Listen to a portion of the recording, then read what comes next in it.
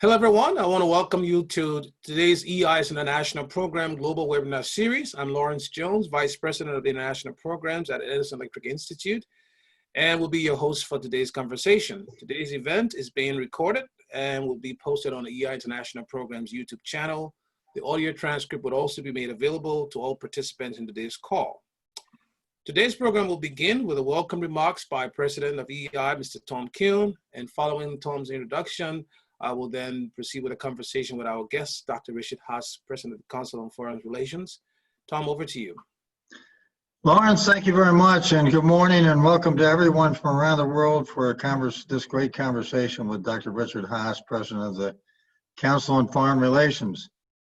The COVID-19 pandemic has underscored the value of electricity and how it is indispensable to modern society. Across the globe, electric companies' top priorities remain the health and safety of their employees and continued delivery of reliable and affordable electricity to the communities that they serve.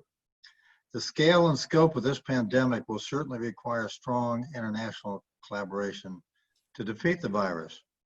We are pleased to see the level of engagement and sharing between U.S. and non-U.S. electric companies in the response to and recovery efforts from COVID-19. Speaking of international collaboration, it is noteworthy that Benjamin Franklin, the polymath who made significant contributions to electricity, was also the first U.S. diplomat. We can all draw inspiration from Franklin's electricity diplomacy and maintaining our industry's steadfast commitment to universal access to reliable, affordable, and clean electricity around the world. His steady pursuit of compromise and unity reflects the importance of EEI's tagline, powered by association. While a post-COVID-19 future is uncertain, addressing current and future global challenges requires a new architecture for multilateralism and international collaboration.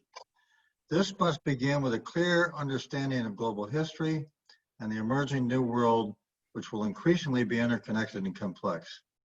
What happens thousands of miles away from home can affect where and how we live. The saying, "No man is an island," rings true today more than any time in human history. Anything that starts locally can become global at an unprecedented pace. I am pleased to welcome Richard to this special EEI event to discuss his new book, The World, A Brief Introduction. Richard, congratulations on the timely release of an important book, which is already a New York Times bestseller. I agree with Doris Kearns Goodwin that, quote, "It is hard to imagine anyone more suited for the ambitious task," unquote, "of helping us to understand the world during this critical period." A veteran diplomat, Richard is one of the world's most influential foreign policy scholars, a Rhodes Scholar and the author or editor of 14 books on American foreign policy. He is a dedicated public servant who worked in the U.S. Congress, at the State Department, and in the White House.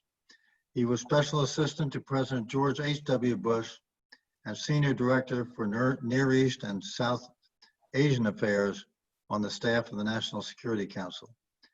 In 1991, Richard was awarded the Presidential Citizens Medal for his contributions to the development and articulation of U.S. policy during Operations Desert Shield and Desert Storm.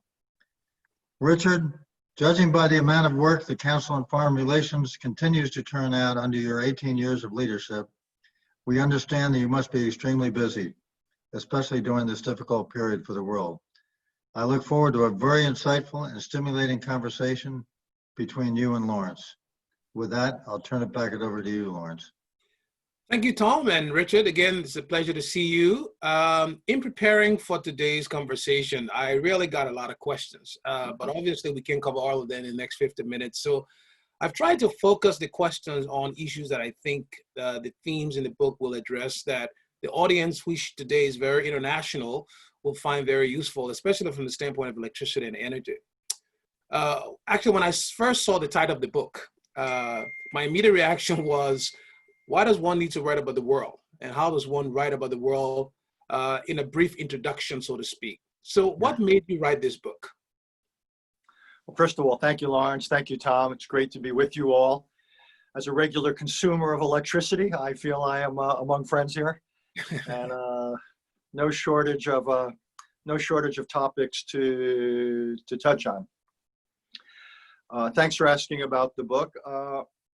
What led me to do it in the largest sense was the gap between how objectively important the world is to our lives, our businesses, our countries, what have you, and how modest, shall we put it, how little individuals actually knew about it.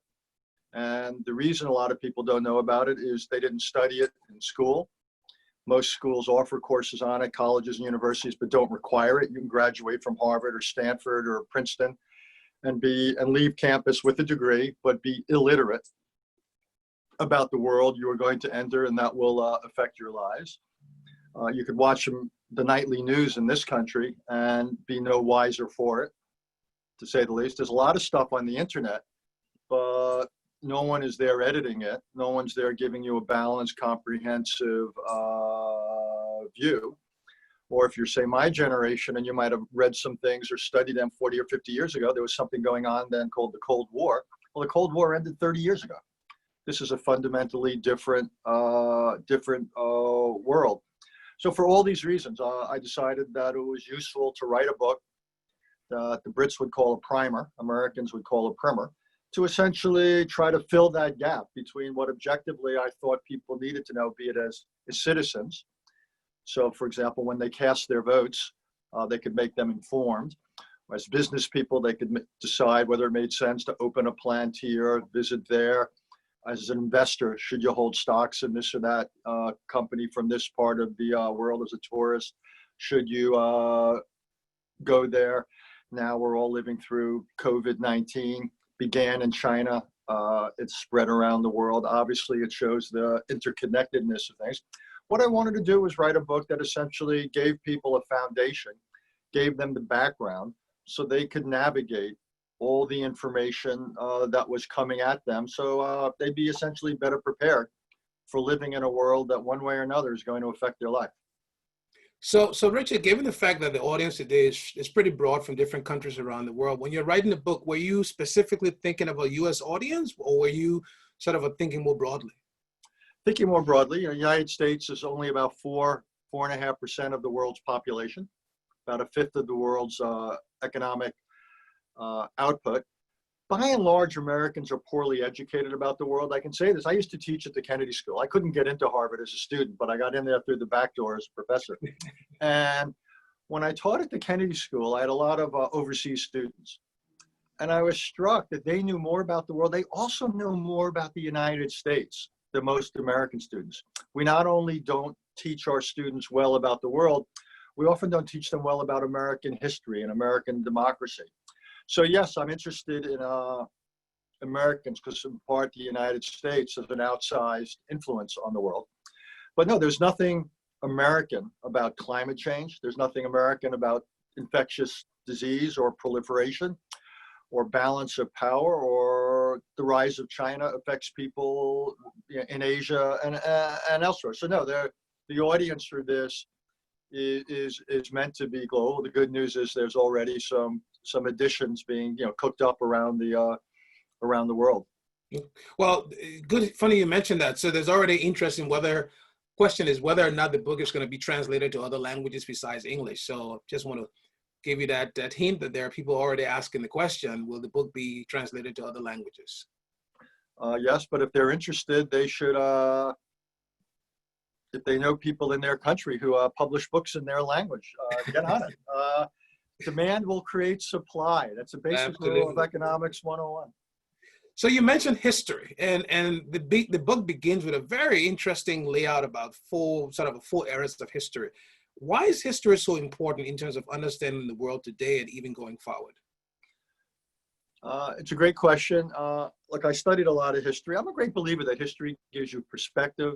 It gives you context. It's not that it repeats itself. There is the old saw attributed to Mark Twain and others that it doesn't repeat itself, but it rhymes. Harry Truman, who was the first post-World War II president in the United States, used to say, there's nothing you don't know except the history you haven't read. Look, I think history is a useful guide. There's a wonderful book written by two former professors at Harvard called Thinking in Time. And what it is, it's about how history can be useful to people making decisions. And it provides context. And also, though, I found it for me as a policymaker, history was valuable. I'll give you one anecdote, Lawrence. When I was working at the White House 30 years ago for George Bush, the father, and we were in the war with Iraq after Iraq invaded Kuwait in 1990, 1991, we're prosecuting the war. It's going extremely well. And one of the questions was, do we stop after we've liberated Kuwait, or do we, quote unquote, march to Baghdad?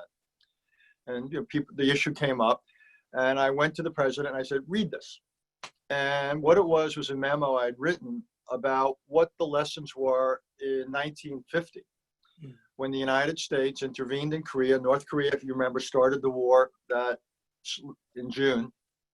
United States first pushed North Korea out, and the issue came up, do we stop? And the Truman administration, led by, at that point, at MacArthur's urging, went north and tried to liberate the entire Korean peninsula by force. And as many or more Americans died after that, as died in the liberation of the South. And at the end of the day, you still ended up at the 38th parallel with the divided peninsula. And I went to the president and I said, you really got to be careful. I'm not saying that Korea is exactly analogous to Iraq, but it's really dangerous to expand your war aims in the flush of tactical advance. You really got to think twice about, we set these aims, things have gone well. Do we want to now expand what we're doing? Are we sure we're positioned to do that successfully? And he thought about it. He said, and basically he agreed with me. And it was an example, I think, of where history is useful. And I think for businessmen or others, there's no situation that's exact to the one any businessman, say, is going through. But there's a lot of situations that give you insights and give you parallels, give you some do's and don'ts, or at least the questions to ask. Even if they don't give you the answers, sometimes in life, knowing what questions to ask can be extraordinarily valuable. So in the section of the book where you talk about history, Richard, I found it interesting. You covered 4 eras, right? You started with World War I, World War II, and then you got into the Cold War era. Given where we are today, what lessons do you think we can learn from those different eras that we can apply to today's, global situation, and also as we look into the future? What lessons, if you can give us 1 or 2 key lessons from the past? I've got a lot. I'll give you a couple.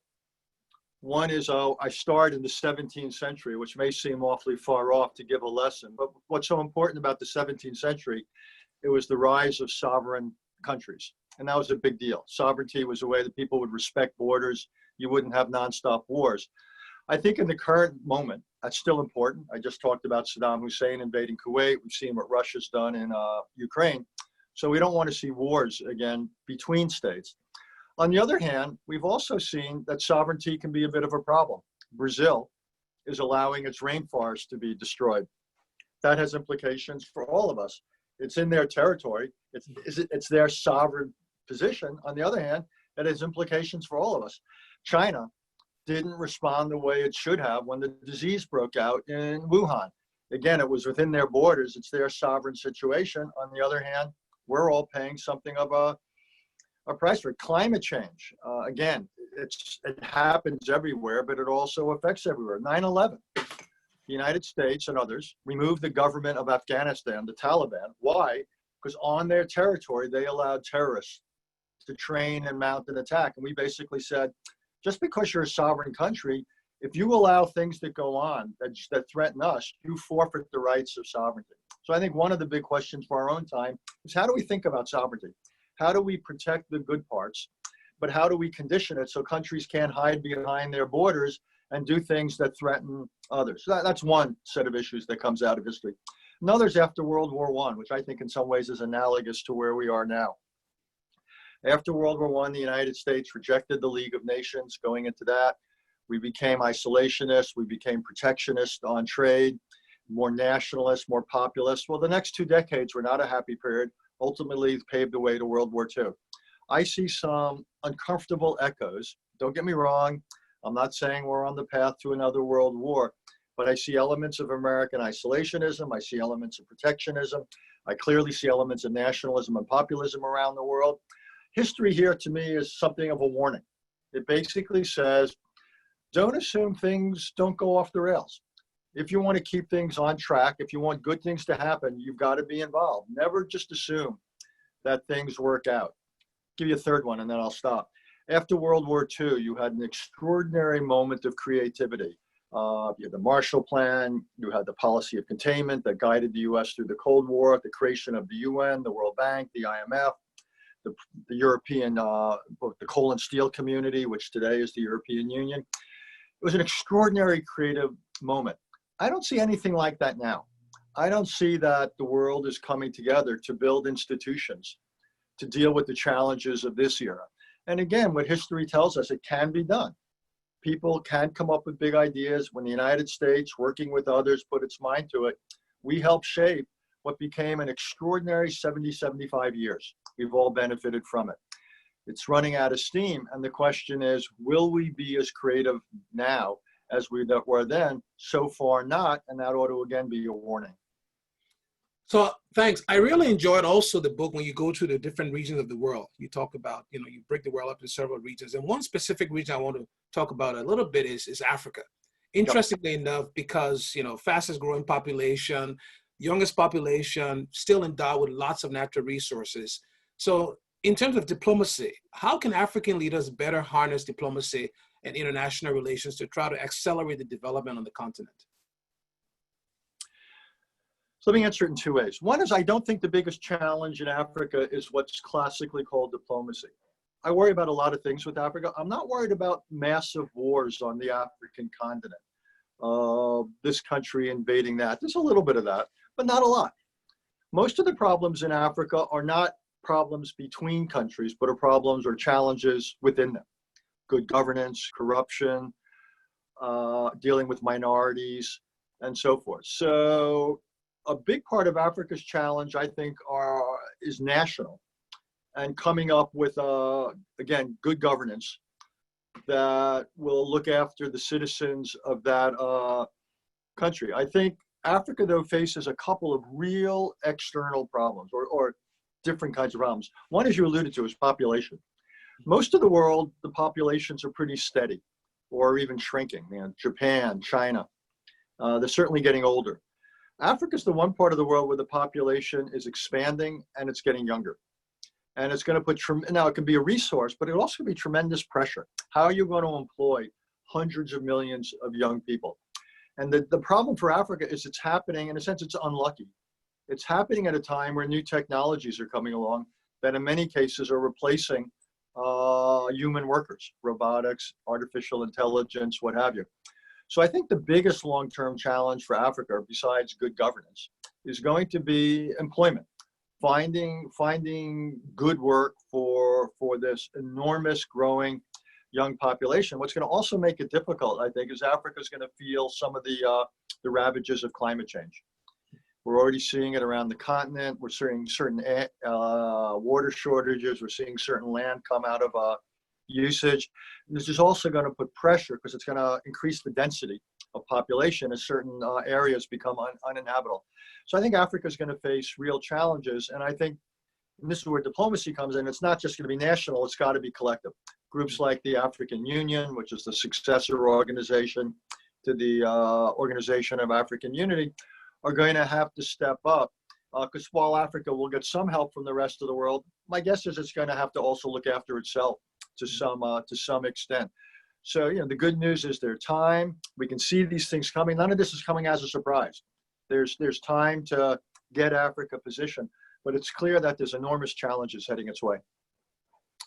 So 3 themes in the book, globalization, interconnectedness, and interdependence, I found very interesting to read about, specifically since globalization has been with us since man began to roam the planet. So what makes globalization different? I think you referred to it as contemporary globalization. What is different now about globalization compared to 100 years ago? I think what's different about contemporary globalization is that its scale and its speed. The flows of just about anything and everything you or I can imagine, from people to greenhouse gases, to human viruses, to computer viruses, to information, to goods, to services, to energy, to terrorists. I mean, wonderful things and awful things. the scale of the flow and often the speed of the flows, dollars, euros, you name it, is extraordinary. So I think what differentiates this period is just that. So you're right. Look, you had the ancient Silk Road.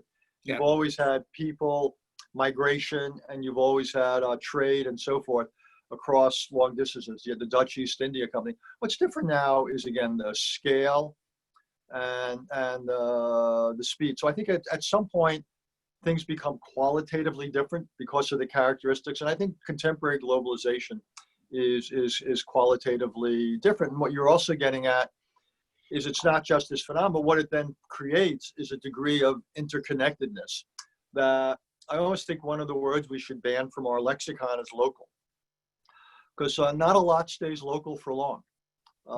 Things spread really fast, good for better and for worse. And again, if you got 8 billion people on a planet, and you've got the digital world and other worlds, you got a lot of stuff that's moving. And it's going to go over great distances. And as we've learned, for better and for worse, we cannot remain unaffected. Because a lot of globalization doesn't respect borders. And there's no checkpoints at a border for a virus or for carbon dioxide or something like that. So I think that's what we're seeing is how interconnected we all are. And 30 more seconds. So to me, the lesson to learn is globalization, for the most part, is a reality. It's not a choice. Where there's choice is how to respond to it. And that's the domain of public policy. But globalization itself is essentially a reality. And so Richard, you talk about the manifestation of globalization, and in the book you cover quite a number of them. I'm not going to bring up all of them because we don't have enough time, but I picked a few that I think would be relevant for the audience. And then see if you can talk about how we deal with some of those manifestations, both in terms of corporations, governments, or even countries. And the one I want you to focus on would be one, obviously, global health, the pandemic, climate change, you've mentioned a couple of times, cybersecurity. I enjoyed some of your thoughts in the book on that. And then finally, international trade, specifically the supply chain. So maybe we can start with sort of a global health, and then climate change, cybersecurity, and then we can end with the whole issue of global supply chain. How does each of these tell us about it, globalization, and what can we do about it? So I'll talk about each individually, Lawrence, but I think it's important to recognize that in all four, what they have in common is there's the gap between the scale of the challenge and the scale of the response. In no area is the world where it needs to be in order to managing or regulating these phenomena to take advantage of what might be the positives and to push back against the negatives. So on global health, let's focus on infectious disease, non-infectious disease, which is actually even more prevalent. That's largely a national problem. Countries have to decide about things like smoking, alcohol, behaviors that cause heart disease, cancer, whatever. So a lot of the global health challenge is really a set of national health challenges to set up a regulatory environment for a country. Infectious disease, though, is both. And the problem is that many countries don't have in place the equivalent of the American Centers for Disease Control, don't have these organizations in place that have the capacity to identify and deal with infectious disease outbreaks. In the case of China, it did, but it didn't meet its international obligations in terms of transparency and reporting. So you've got that gap. I think the question of what do you do about the World Health Organization, how do you reform it? Don't get me wrong, I think the United States was wrong to move away from it. I think that just doesn't make any sense. But the question, to me, a more useful international question is what do we want to do with the World Health Organization? Or do we need to maybe create something else? Do we need to maybe create a complementary organization? Because the World Health Organization, since it's so dependent on member states of the UN, can't be expected to put their feet to the fire. So maybe we need an organization that's truly independent, say, to rate how various countries are performing. Let me give you, though, an immediate question. Because right now, the response to COVID-19 has largely been national. Some countries have done great, like New Zealand, Germany, Taiwan, what have you. Some countries, including my own, the United States, including Brazil, Russia, Iran, have done terribly. So we're seeing a big range in national performance. But one day, I don't know if it's in 3 months, 3 years, 18 months, there'll be one or more vaccines that will emerge that will have some ability, not to eliminate disease, but to help us manage it. Well, the question is, who gets it first? There's not going to be 8 billion doses, assuming it's a 1-dose vaccine, that are going to appear in an afternoon. It doesn't work that way. It might be 8 billion doses appear over the course of 12 months or 18 months. Well, who gets it first? Within countries and around the world, who pays for it? Who indemnifies it? Anyway, there's a zillion questions. And I have an article that just came out today in this international newspaper called Project Syndicate. And the analogy I draw is to the Iraq War. And I said, in the Iraq War, the military advance of the United States outpaced the planning. I don't want to have a situation now where the work in the laboratories outpaces our planning. We don't want to have catastrophic success where a vaccine emerges and there's no international consensus on who gets it and who pays for it and the rest. So that's a perfect example where, again, the world isn't ready for it. We haven't done our planning. We haven't come together. I would make that right now the focus. How do we prepare for, whether it's in 6 months or whenever, the emergence of drugs? Could be antivirals, could be vaccines that will help us deal with COVID-19. That's a real challenge for the world. Climate change, again, there's a national and an international dimension in terms of climate, in terms of regulatory policy, and the rest. I would hope, by the way, that, and we're not doing it here much, that as countries recover coming out of the recession or worse caused by the pandemic, it would be useful if economic activity were linked to climate change considerations. For example, automobile manufacturers ought to be encouraged to produce vehicles with higher CAFE standards. We ought to think about what energy sources we try to encourage or discourage as we go about rebooting certain economies. There's a lot of talk about Paris. I'm probably an outlier here, so just take what I'm going to say with a dose of, or several doses of salt. I don't think Paris is the answer. It's not, doesn't ask enough, and the whole model is countries get to decide their own goals. It's a little bit like you were a student and you get basically, oh, here's the exam. I think I want to give myself a B+ on this one. That's kind of what Paris is. Everybody sets their own ambitions. And even if you add them all together, even if everybody lives up to them, it still doesn't do what we need to do on climate change. So my hunch is we need a different approach. And my guess is it's not going to be negotiated by 190 countries. If you think about it, we don't negotiate trade agreements that way. The World Trade Organization, the last round of trade, the Doha round failed. You can't get 190 countries to agree on a lot that's meaningful. So I think with climate, we're going to have to think of smaller groups of countries. The kind of thing I would hope is if I had my magic wand, the United States would join the Trans-Pacific Partnership. That would bring together 45% of the world's economies. And maybe then that group, possibly talking to Europe, would set some standards for climate. And then anyone who wanted to do business with them would have to meet those standards or face some kind of a penalty, that kind of a thing. I think almost the way we negotiate trade, which is with small groups of like-minded countries, I think climate may have to come out of a similar, more of a ground-up model than a top-down universal model. But I'm an outlier there. A lot of people disagree with me. But I've learned in life that the perfect can be the enemy of the possible. And I think if we keep waiting to get a global answer on climate, we're going to be very frustrated. We tried for years for cap and trade. We tried for years on a universal carbon tax. None of those things work. I think we've got to think of something slightly more tailored than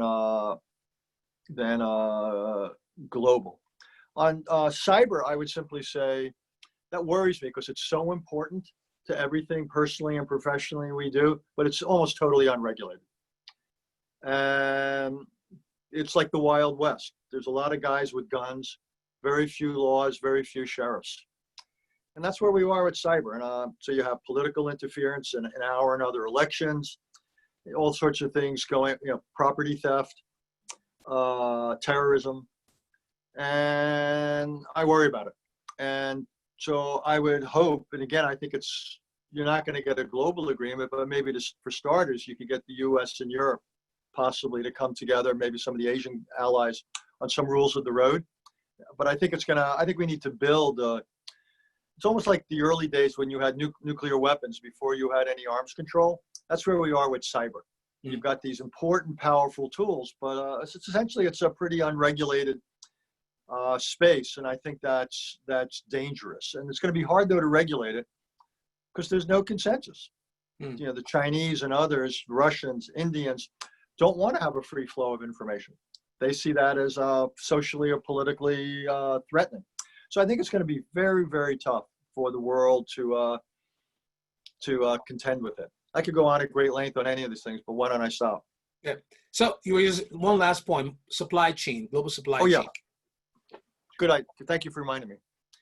Yeah, for a long time, people thought the only considerations were cost and speed. So people didn't care if you had a single source supplier, didn't want to have inventories because that was inefficient. So if all you care about is cost and efficiency, that's fine. But I think what people have learned, in part because of the pandemic, is that there's other considerations. So what you're beginning to see is a whole movement to reconsider supply chains and basically saying cost and efficiency can't be the only considerations. We need to move away from dependence on one single overseas source. And there's three ways to go. There's multiple overseas sources, there's domestic stockpiling, and there's domestic production, or some combination of the three. But I think what you're going to see is definitely a movement towards supply chain redundancies or security. And I think it will probably involve maybe elements of all three of them: diversification, domestic stockpiling, and domestic production. Stockpiling production are going to require government action. And it's interesting, if you look at what Vice President Biden, the speech he gave last week, he was clearly moving things in that direction. And so my guess is you may see bipartisan support, not a common thing, but my guess is you will see some bipartisan support in this country, in the United States, for a degree of reduced vulnerabilities to supply chain interruption. I mean, this time it was a virus, but it could have been a civil war. It could have been a Fukushima-like nuclear accident.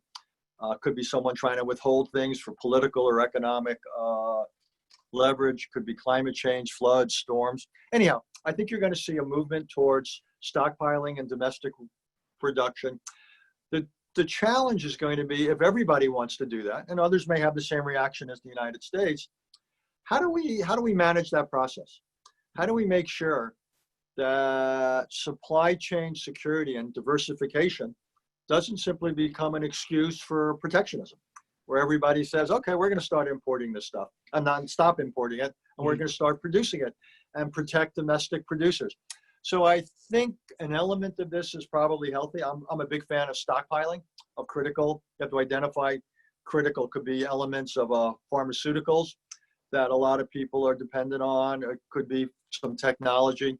But I think it'd be infinitely better if this were done in a coordinated way, rather than in everybody simply unilaterally or arbitrarily deciding this is, we're going to identify these items and we're going to do this amount of domestic production.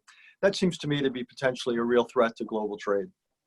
So I one more question for you, Richard, and I will see if Tom has a question. You mentioned coordination to some extent, and the last part of the book talks about world order and disorder. And for me, that sort of speaks to the issue around international institutions and multilateralism. So what is the role of diplomacy in designing a new sort of a multilateral list architecture for the world? What role can diplomacy play, and how do you see that shaping out? And then we'll go to Tom and see if he has any questions. It's a great question. It's a big question. And let me sort of say first, is that it matters a great deal. There's almost nothing about history looking backwards or what will become history looking forwards that's inevitable. You know, I've been lucky enough. I worked for 4 presidents. I worked for Carter, Reagan, Bush, and Bush. And in all those cases, I had some interaction with the president and his senior team. And I was struck by how much was up for grabs, how little was baked into the cake or inevitable. we didn't have to do X, and a different person or a different group of people might have decided on a very different set of policies. So again, I think diplomacy matters. I think policy making matters. It's part of my message to young people, that you can make a difference and all that. I think going forward, for example, take the U.S.-Chinese relationship. This will be the defining relationship of this era. Well, right now, the relationship is deteriorating fast. And if we end up in a Cold War with China, it's dangerous, it's a distraction, it's bad for both countries, it's bad for the world. A Cold War is not inevitable. Conflict in the South China Sea or over Taiwan is not inevitable, but it's possible. At the same time, on a more positive note, cooperation on climate change or on North Korea are possible. So the question is, how do you protect the areas of potential upside cooperation? And how do you try to limit the areas of potential friction and confrontation? That's a task for diplomats on the two sides, or everything we were just talking about, Lawrence, about climate, cyber, trade, all those issues, health. That's why God created diplomats. In case you're wondering, it's to negotiate what are the rules. Yeah. What rules do we want to encourage in the world, and how do we build arrangements in order to promote those rules, to discourage rule breaking, and to encourage abiding by those rules. That's what diplomacy in the global in this modern age. I would say we want to have old-fashioned diplomacy to think about how to manage a great power rivalry. And we want to have new fashion diplomacy for setting up these global arrangements for dealing with these global challenges. So I actually think actual or would-be diplomats have got a lot to do, and we better hope they're good at it. So based on what you said, then you probably envision a sort of either a creation of a new United Nations or an updated United Nations. Some of these international structures have to be reformed somehow to deal with the current state, or should it just be left as they are? Probably not. Probably neither. I don't think a UN, because that's too big, and one's enough. Yeah. No, I think what we're going to end up with is what I was suggesting before: different arrangements for every challenge. Okay. So rather than thinking it as kind of a new UN, all-purpose vehicle, I think we're likely to have different vehicles in different areas. So we talked about global health. So you got a World Health Organization, but we might very much create something alongside, like we did when HIV/AIDS became a real problem. We created certain smaller mechanisms, more focused. For trade, we do it all the time. The World Trade Organization is really not a negotiating forum. It's essentially an adjudication. It's a tribunal forum. Okay, so we have multiple ways of promoting trade. That might be a model for other things, for climate change, for cyber, that we might have. So, there's different words for it: designer multilateralism, mini multilateralism. But rather than thinking of the UN, 190 plus countries, you might want to have much smaller focus groups. Turns out in climate change, for example, about a dozen or 15 countries are responsible probably for, 80, 90% of the emissions. So one idea is to focus on those countries. Or in another area, if you were thinking about cyberspace, you would want to have Google and Apple and Facebook and Twitter in the room. So you don't just want to limit it to nation states. Or if you're dealing with health, you want to have the big pharmaceutical companies, probably the Gates Foundation, in the room. So I think what we need to do is design who's in the room and think about it in each functional area, rather than thinking it as something omnibus. I think we've got to be much more focused. Tom, any questions for Richard? Lawrence, can you hear me? Yes, we can. Go ahead. Good. Richard, I think that you and the council have done just such incredible work over the years. And as an example, your discussion here is just fascinating, and we really appreciate you being with us. Under Lawrence's leadership, we've really built up the international membership of EEI, and around the world, we're working together on issues like climate change and cybersecurity. And I wonder if you might talk a little bit how important the business community is. We are leading the world in reducing carbon emissions in the utility sector, and we're doing it with the help of companies all around the world. And we're electrifying now in transportation. And So we're becoming the solution to climate change. Yeah, and there's that old saw that war is too important to be left to the generals. And there's a little bit of, in some areas, diplomacy is too important to be left just to governments. And that's why, again, I'm not wild about government-only top-down approaches. And what I like about, I think there's space for companies, for NGOs, for, in some cases, for state and local government, as opposed to just national or federal governments. But on something like climate, I want energy companies. I want consumers of energy. I want automobile companies. I want mining companies. I want everybody in the room. Because if there's going to be an approach, it's got to be one that's sensitive to the realities of business. And my experience also with business is they're actually prepared to enter into regulatory frameworks. They just really kind of want to know what the rules are. They want to have a long-term horizon because they've got to make big investments that only make sense or pay out over a decade or sometimes longer. So my experience with business leaders, they basically, we want to be involved in the takeoff. Basically, we want to be involved in forming the rules. We're not anti-rules. We're not anti-regulation. We understand the case for it. We'd like, though, to work in a predictable environment. If we're going to make massive investments in physical plants, workforces, and the rest, we don't want to find in the third inning of the game, you suddenly change the rules on us. So I agree. I want, and there's so much profit ultimately to be made in thinking about effective use of energy going forward. The world's going to get greener. That seems to me incontrovertible. That's happening already. We've got to find a different trajectory. And businesses are going to be they're going to be a big part of the answer. Just like, by the way, on public health issues, biotech and these companies are going to be a big part of the answer. I mean, government can be a convener and all that, but I actually think in a lot of these areas, government is going to be more the recipient of the expertise and answers that come out of the participants. And that's probably so I think it's a cliche and I apologize, but I do think public-private partnerships are inevitable. And I think they're increasingly the future. And so we really need to think of decision-making models and regulatory models that are much more collective. So it's something that's done with rather than to, I guess would be the way I would sum it up. Terrific. So We also Richard, have a public-private partnership in cybersecurity with the government, and the idea is that we used to have oceans as our and friendly neighbors as kind of our insurance situation. Right now, with cyber, there are no borders, and we're not just worried about the stealing patents or customer information. We're worried about destructive cyber that would take down, for example, the electric system or communications or financial system. So we've got a private-public partnership there. And again, we're working on that with our international members, saying we don't want that to be a kind of the next warfare, the next battlefield. So I think we're really making tremendous progress within the business community to address some of those important issues.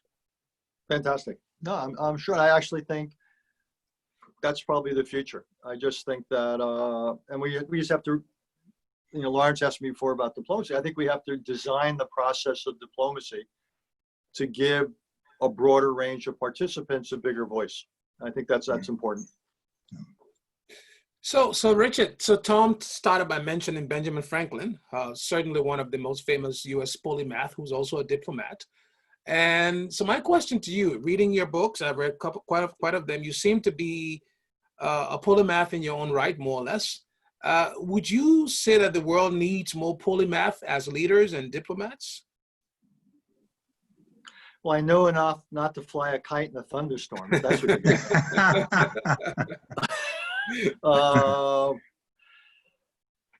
It was interesting. That's a question I've never been asked. Let me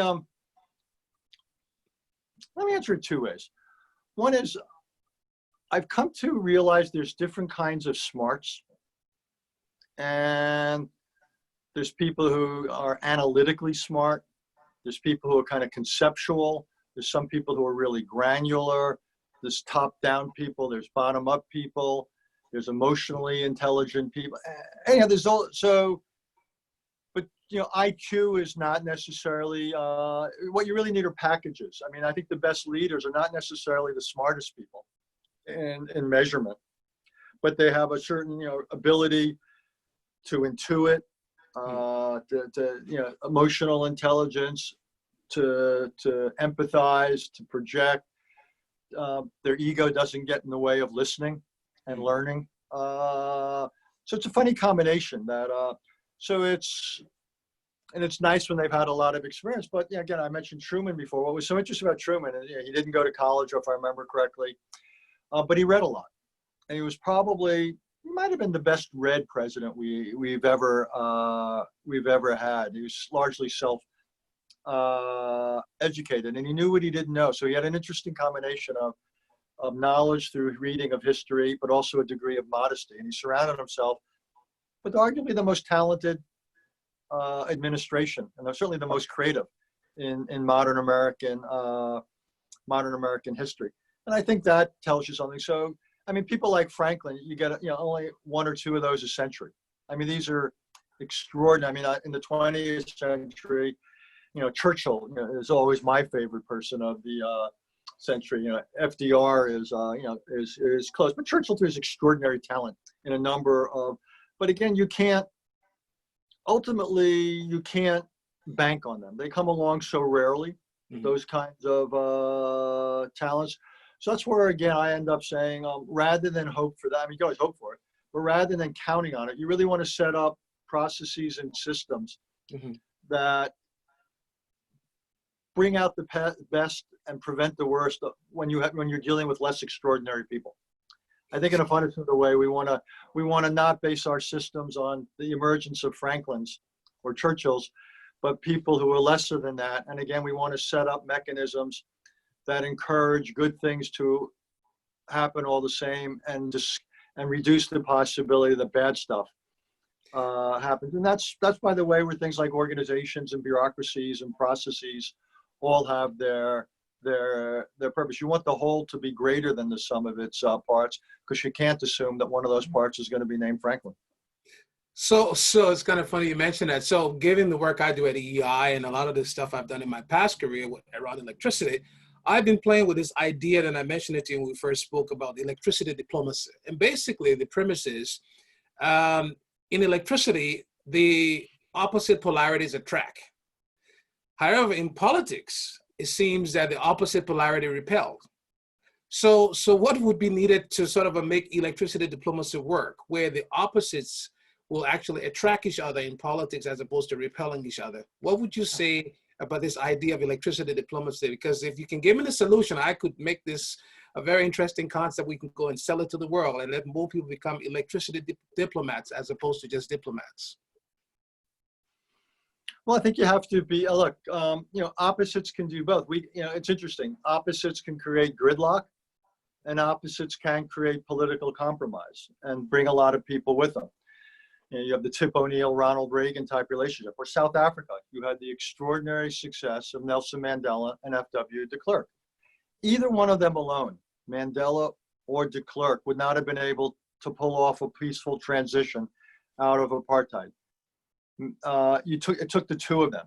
What's so tragic about the Middle East is you never had two people. I mean, someone like Rabin, I think, was the great Israeli figure there, and he was assassinated. But it wasn't clear. Possibly, I don't know. Arafat could have been his partner. I don't know. It worked though when you had Sadat and Begin. That was an extraordinary. And they were, talk about opposites, Sadat and Begin, and it worked.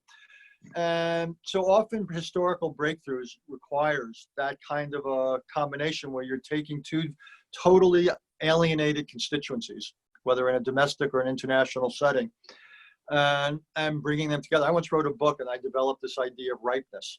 And I basically argued, it's consistent with your idea, I hadn't thought about it till now, that you need leadership on all sides of an equation, of a dispute. And you need the leadership that's one, willing, and two, able to bring along their respective constituencies. And if you have that, then you've got the basis of a process and even an agreement. And without it, you're up the creek. if you don't have leaders who are both willing and able. It takes both inclination and capacity, and representing the major stakeholders to a dispute. So in that sense, we may be agreeing. It's just often you don't find yourself with those leaders. And then what you have to think about is, how do I increase the odds such people or agreements can emerge, or how do I decrease the chance that terrible things will happen? And so in many situations, you can't aim for the big agreement. You have to sort of figure out, how do I manage a situation rather than solving it? Because most often we don't have the ingredients we need to solve a situation.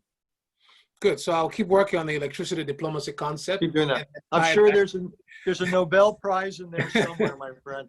Just keep working it. I know. So I know we're coming up to the hour here soon. Maybe Tom has another question to wrap up, but trust seems to be the foundation for society. And it is also, to me, I think, key to successful diplomacy as well as international cooperation. But there seems to be a trust deficit in the world today. And so how do we rebuild trust in the world? Actually, I slightly disagree with you. I'm a Reaganite on that. And Reagan said, trust but verify. I assume that countries and leaders will do what they think is in their own self-interest. I can't always trust that. They may say one thing and do another. It wouldn't, one has to assume that's a real possibility. So I think, yes, you need a degree of trust to enter into an agreement, but I don't think diplomacy can work on the basis of trust alone. I think you've got to verify it. You've got to monitor behavior. Over time, you can build trust. And I think one way to think about the U.S. and the Chinese relationship is, right now there's extremely little, if any. And one task of diplomacy would be to gradually create that. We had some back in the 70s. And there we had the glue of shared animosity towards the Soviet Union, and it gave the U.S.-Chinese relationship a rationale and a foundation, and we were able to do some things together. But when the Cold War ended, we lost that. We hoped that economics would provide a basis for cooperation. Instead, economics increasingly provides a basis for friction, in part because things like Chinese theft of intellectual property. So I think right now the challenge is, how do you conduct diplomacy in the absence of real trust? If you can build it, so much the better. But I think in many cases, with North Korea, I don't have any trust, but it doesn't mean I give up on diplomacy. Or with Iran, the question is, how do I structure it absent trust? That to me is the challenge most often. If in the process you build trust, fantastic. But I think in many cases, the real challenge is, how do you not permit an absence of trust to lead to an absence of diplomatic progress? I find that a useful way to think of it. But you also said early on that one of the reasons you wrote the book was to target young people, right? And so I'm thinking about trust building at even the grassroots level, where even amongst communities, there seems to be a breakdown of trust, right? So how do we build trust even at a societal level, not even on the international stage, just specifically? It's tough. I was the U.S. envoy to Northern Ireland, the peace process. I was the international mediator for Northern Ireland. I was the U.S. envoy to Cyprus, between the Greek and Turkish communities there. I spent years working on Israeli-Palestinian peacemaking. I spent a lot of time working on India-Pakistan peacemaking. If you're noticing a pattern here, is I have failed everywhere. My career is unblemished with notable success. Tough. I mean, I'm a great believer in small things, small steps. Ambition it might be desirable, but it's not achievable. So I think you've got to think about, how do you structure things slowly. One thing I try to do, and I didn't succeed in Northern Ireland, but it's worked in other places to some extent. You've had elements of it in South Africa, elements of it in Rwanda, elements of it in Colombia, is dealing with the past. I think it's sometimes hard for societies to deal with the present if they haven't yet come to terms with the past. I think one of the challenges in the United States, dealing with the race issue, is to also we got to be more successful as dealing with the legacy and the heritage. I take this debate about statutes and teaching and the rest seriously, because I'm a great believer that unless there's a sense of empathy and some overlap in the reading of history, it's very hard to move forward. But by and large, trust building, I think, is important. But I'm a great believer to think small, build it slowly, and as you begin, you do need a sense of transparency. I don't think you can have blind trust. I think it needs to be, in some ways, confirmed. Trust, again, the Reagan idea, trust but verify. So I think having the two go hand in hand is probably realistic for any relationship in its early days. We have about 3 more minutes left. Tom, do you have any last question for Richard before I ask him my last question? Well, I've got to say, Richard, this has just been absolutely fantastic, and you certainly have just done so much for the world when you talk about all those different things that you've been involved in, and maybe the definition of success hasn't been, a lasting peace around the world right now, but it certainly has contributed in a lot of areas.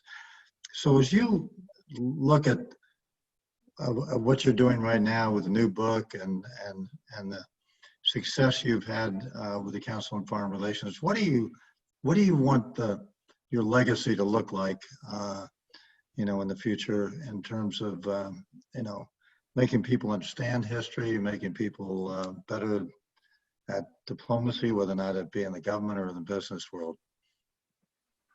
It's a great question. It's slightly depressing that you're asking me that, because that reflects the fact that I'm as old as I am. I'll probably spend the rest of, I like the idea of this educational role.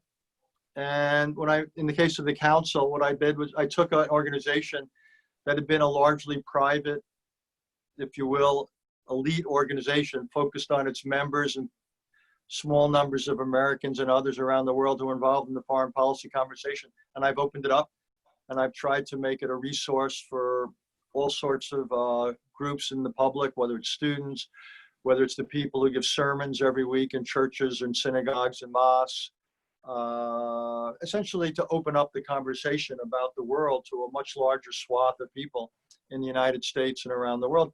And I'll probably keep moving in that direction. In that sense, I'm a Jeffersonian, and I believe that in an informed citizenry, and I think if we have informed citizens around the world, ultimately better policy will come of it. It's the same reason when I was in Northern Ireland, I pushed to create what I called it a museum of the history of the Troubles.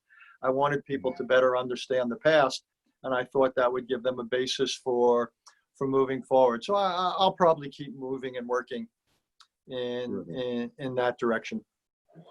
So, Richard, on that note, my last question to wrap things up is a probably interesting one from the standpoint of what excites you the most right now that gives you much hope for the world? What's the exciting thing that makes you hopeful about the world? And what concerns you the most? What excites me the most personally is those rare moments I card a birdie on the golf course. That's still pretty good for excitement. In terms of the world, the most positive thing and the specific right now is what's going on in Europe. I think the revival of the European project, I see that as a pleasant surprise. More broadly, I have my structural optimism that nothing's inevitable, so good things can happen. At the moment, a lot of the trends give me concern, but again, leadership. Again, I've studied enough history to realize how a handful of people can make a difference, whether it's in this country or in other countries or around the world. Even looking at the range of outcomes on COVID-19. Look at the extraordinary successes in some countries, in New Zealand, Australia, South Korea, Germany. That shows to me what leadership can do. Vietnam, a very different kind of system, extraordinary performance. So it shows to me how quality of leadership can make a real difference. So I'm optimistic about that. But look, am I worried? Sure. This whole conversation, I've talked a lot about my worries at the global level, the US-China level. Nationally, I have some concerns about how robust American democracy is. I think we're being tested right now. And so, it's a full plate. I've got my concerns, and I think COVID's kind of an overlay. It's adding to the pressures, but look, there's opportunity there, and it's again, I kind of feel it's up to us. And again, coming back to my own focus, again, I'm perhaps naive enough or idealistic enough. I keep believing that information and education are useful for this. If there was one thing I can fix in our own country over time, would be K through 12 education. It's the one common experience every American has, is from the age of 7 through 16, he or she has to go to school.